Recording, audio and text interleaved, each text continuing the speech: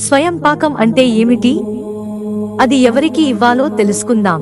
స్వయం పాకం అనే పదాన్ని సర్వసాధారణంగా మనం వింటూనే ఉంటాం.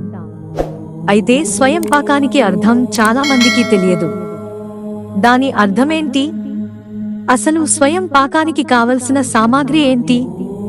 అది ఎవరికి ఇస్తే మంచిదో తెలుసుకుందాం.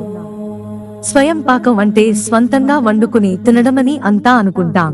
కానీ స్వయం పాకం అంటే స్వయంగా వండుకుని తినడానికి కావలసిన సామగ్రిని ఇవ్వడమని అర్థం. ఈ స్వయం పాకంలో బియ్యం, కూరగాయలు, పప్పులు, ఉప్పులు, చింతపండు, బెల్లం, నెయ్యి, నూనె మొదలైనవి ఇవ్వాలి. విశిష్ట మాసాలలో, పర్వదినాలలో, అమావాస్య నాడు, సంక్రమణ సమయంలో, ఏకాదశి తెల్లవారి ద్వాదశి నాడు, తల్లిదండ్రుల తిథి నాడు, గ్రహణం రోజు ఈ వస్తువులను కనీసం ఒక్క పూట వంటకు సరిపడేలా సమకూర్చి ఒక అరటి ఆకు లేదా విస్తరిలో పెట్టి పురోహితునికి దానం చేయాలి.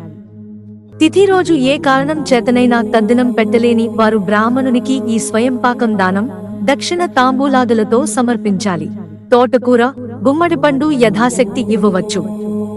మన ఇంట్లో భోజనం చేయని సంప్రదాయ కుటుంబాలకు చెందిన వారికి ఈ విధమైన స్వయంపాక దానం ఇస్తారు.